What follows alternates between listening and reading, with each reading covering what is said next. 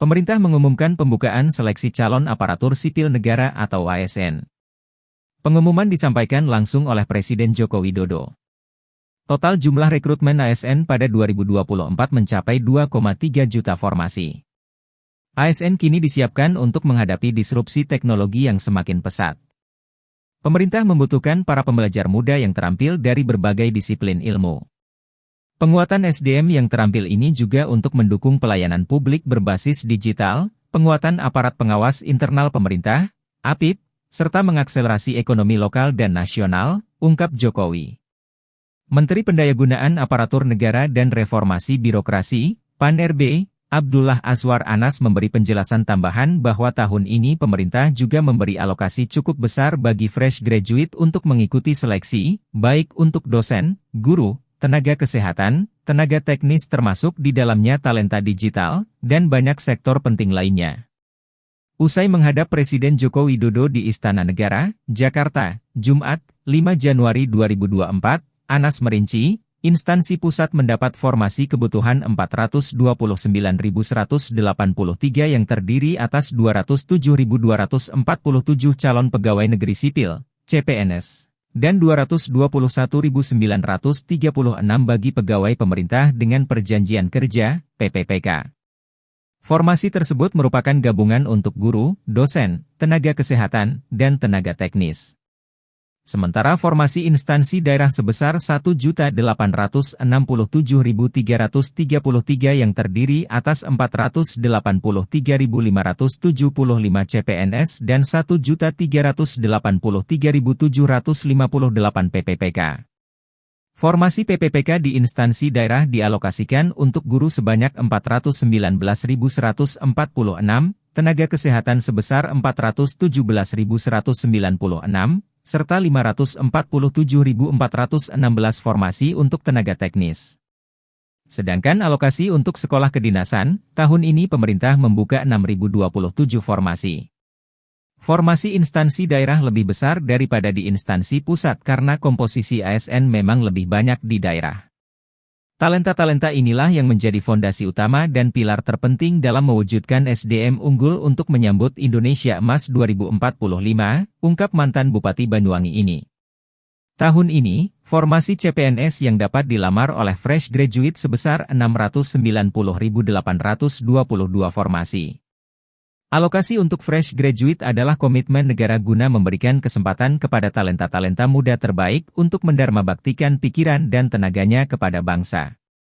Anas menyampaikan, pemerintah juga memiliki komitmen dan kebijakan konkret dalam menuntaskan tenaga non-ASN termasuk ex-tenaga honorer kategori 2, sebagaimana diamanatkan UU Nomor 20 Tahun 2023 tentang ASN.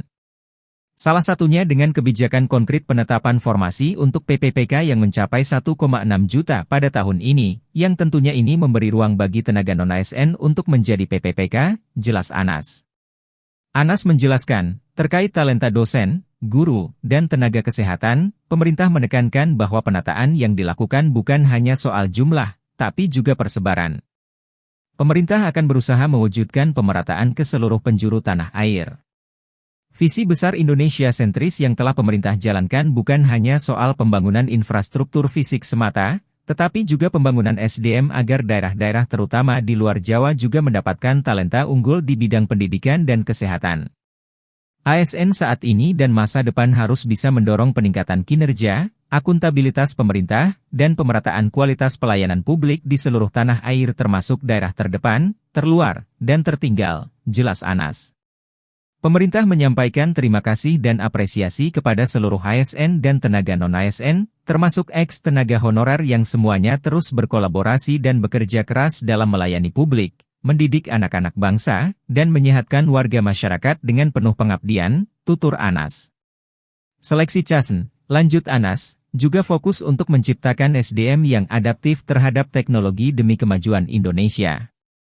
Sehingga tahun ini juga disiapkan rekrutmen talenta digital untuk memastikan transformasi pelayanan publik berbasis digital yang sedang dikerjakan pemerintah bisa berjalan dengan baik, dalam kerangka sistem pemerintahan berbasis elektronik, SPB, jelas mantan Kepala Lembaga Kebijakan Pengadaan Barang Jasa Pemerintah, LKPP, tersebut.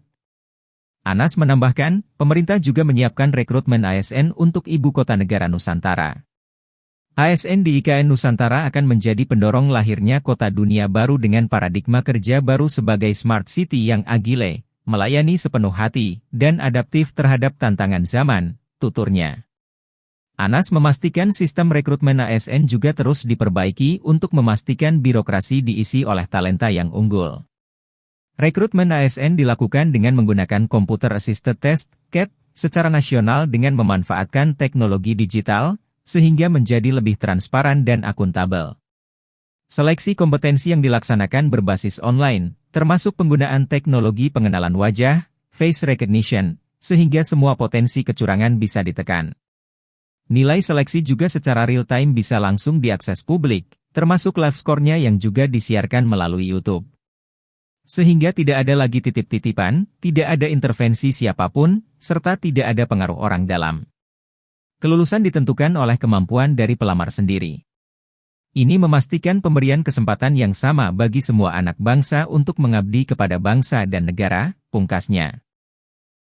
Halo, selamat berjumpa dengan saya Anika, pembaca berita podcastnews.id.